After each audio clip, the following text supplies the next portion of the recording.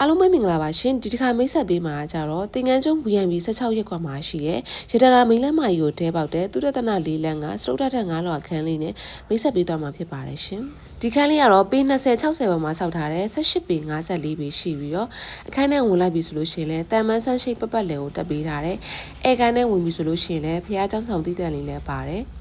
ဖះကလည်းလုံးဝတက်ပယ်တဲ့ဖះလေးကိုပူဇော်ပြီးထားပါတယ်ရှင်။ပါကီအထူသားကိုခင်းပေးထားတဲ့ဆိုပါစတီအသစ်ဆက်ဆက်ကြီးထည့်ပေးထားတဲ့ TV စင်လေးလည်းပါတယ်။အခန်းလေးကတော့တခြားအခန်းတွေနဲ့မတူအောင်ကိုထူးထူးခြားခြားလေးဖြစ်အောင်လို့ကိုပြင်ဆင်ပေးထားတဲ့အခန်းလေးပဲဖြစ်ပါတယ်ရှင်။အဲခန်းလည်းတော်တော်လေးကိုကျယ်တယ်။တန်မန်းဆိုင်ရှိကိုလည်းပပတ်လည်ကိုတက်ပေးထားတယ်ရှင်။ပကြီးကအလှတွေနေရန်အလှတွေနဲ့ကိုတော်တော်လေးကိုပြင်ပေးထားပါတယ်ရှင်။ဒါလေးကတော့စင်ငယ်ခန်းလေးပါ။စင်ငယ်ခန်းလေးမှာဆိုလို့ရှိရင်လည်း AC ပါမယ်။ဘေးတိုင်းမရှိတဲ့အတွက်လေဝင်လေထွက်တော်တော်လေးကိုကောင်းပါတယ်ရှင်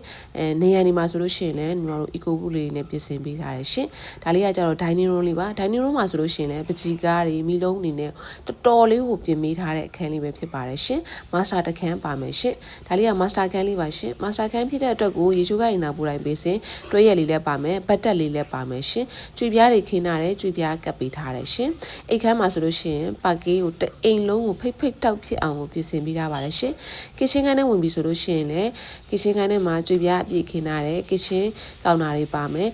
ညီမတို့ဒီ kitchen cabinet တွေပါမယ်ရေချိုးကိုင်းသားတီးတန့်လေးလည်းပါမယ်ရှင်အခန်းလေးရဲ့ location အနေနဲ့ကလည်းရတနာမိန်လမ်းမကြီးကိုတဲပေါက်တယ်ပြည်သာယာမိန်လမ်းမနဲ့လည်းနီးတယ်အောင်ရတနာဆေးရုံနဲ့နီးမယ်ညီမတို့ဝေဇနေယာမိန်လမ်းမကြီးလည်းနီးပါမယ်ရှင်အခန်းလေးကတော့ညီမတို့တုတ္တနာ၄လမ်းမှာရှိပါတယ်ရှင်တင်ငန်းကျုံ VIP 16ရက်ကွက်မှာရှိတဲ့အခန်းလေးပဲဖြစ်ပါတယ်ရှင်အခန်းလေးရဲ့ခေါ်စရိတ်ကတော့2250ညှိနှိုင်းလေးပဲဖြစ်ပါတယ်ရှင်အခန်းရဲ့ထူးခြားချက်ကလည်း master တခန်း single တခန်းပါတယ် AC နှလုံးပါတယ်အေကန်လည်းတော်တော်လေးကိုကျယ်တယ်